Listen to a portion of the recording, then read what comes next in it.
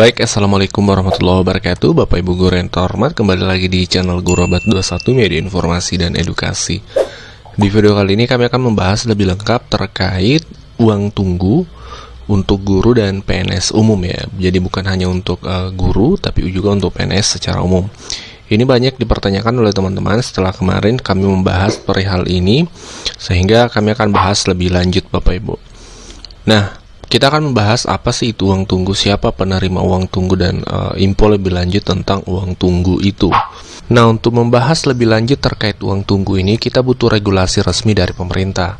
Hal tersebut diatur dalam Peraturan Pemerintah Nomor 32/1979 tentang pemberhentian pegawai negeri sipil, Bapak Ibu. Nah, dalam peraturan ini dijelaskan bahwa jika PNS baik itu guru maupun PNS umum mengalami 3 kondisi ya. Yang pertama, tidak dapat bekerja lagi dalam semua jabatan negeri karena kesehatannya. Kemudian menderita penyakit atau kelainan yang berbahaya bagi dirinya sendiri dan atau lingkungan kerjanya. Kemudian setelah berakhirnya cuti sakit belum mampu bekerja kembali. Nah, kalau salah seorang PNS mengalami kondisi ini, baik itu guru maupun PNS di struktural misalnya, maka di pasal 7 dijelaskan ada 2 kemungkinan. Pertama, diberhentikan dengan hormat sebagai PNS dengan hak pensiun apabila usianya sekurang-kurangnya 50 tahun dan memiliki masa kerja pensiun sekurang-kurangnya 10 tahun.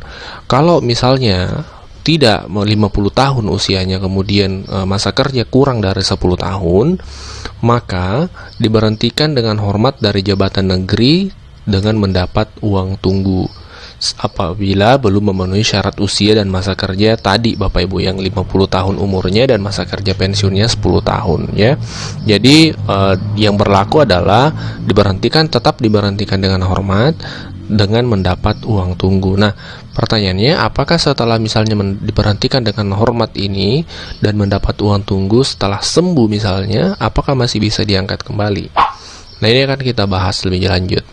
Di pasal 19 dalam peraturan ini dijelaskan uang tunggu itu diberikan paling lama 5 tahun Bapak Ibu, 5 tahun ya. Jadi diberikan selama 5 tahun, tapi setiap tahun wajib diperpanjang, ada prosesnya. Berapa besaran uang tunggu itu?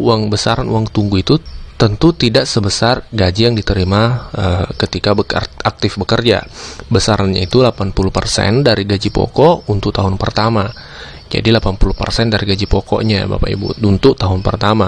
Untuk tahun-tahun selanjutnya, kedua, 3, 4, dan 5 itu 75% ya. 75% dari gaji pokok.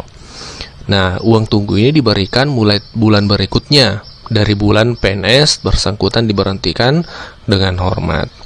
Dan selanjutnya perlu kita pahami juga, kepada PNS yang menerima uang tunggu itu tetap termasuk gaji berkalanya Bapak Ibu, diberikan kenaikan gaji berkala, tunjangan keluarga, tunjangan pangan, dan tunjangan lain. Jadi bukan hanya gaji pokok saja yang diterima, tunjangan yang lain, tunjangan melekat itu tetap diterima Bapak Ibu, termasuk kenaikan gaji berkala ya.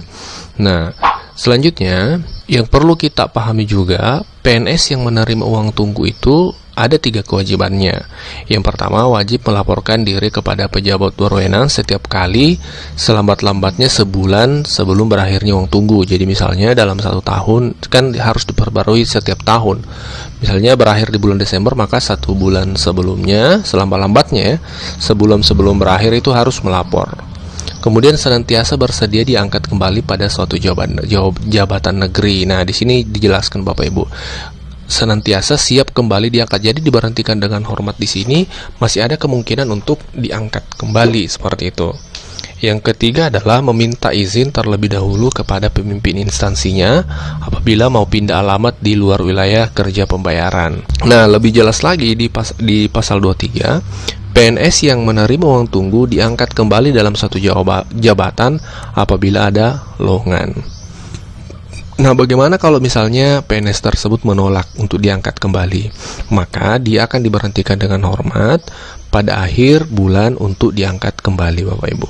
Nah, kalau misalnya selama menerima uang tunggu di tahun ketiga misalnya, itu sudah memungkinkan untuk diangkat kembali, maka uang tunggunya itu diberhentikan atau dicabut terhitung sejak menerima penghasilan penuh sebagai PNS, Bapak Ibu. Jadi jelas ya, ketika menerima uang tunggu itu masih memungkinkan untuk bekerja kembali sebagai PNS seperti biasa ketika misalnya kondisi memang sudah memungkinkan, Bapak Ibu. Demikian pembahasan kita hari ini, semoga bermanfaat. Assalamualaikum warahmatullahi wabarakatuh.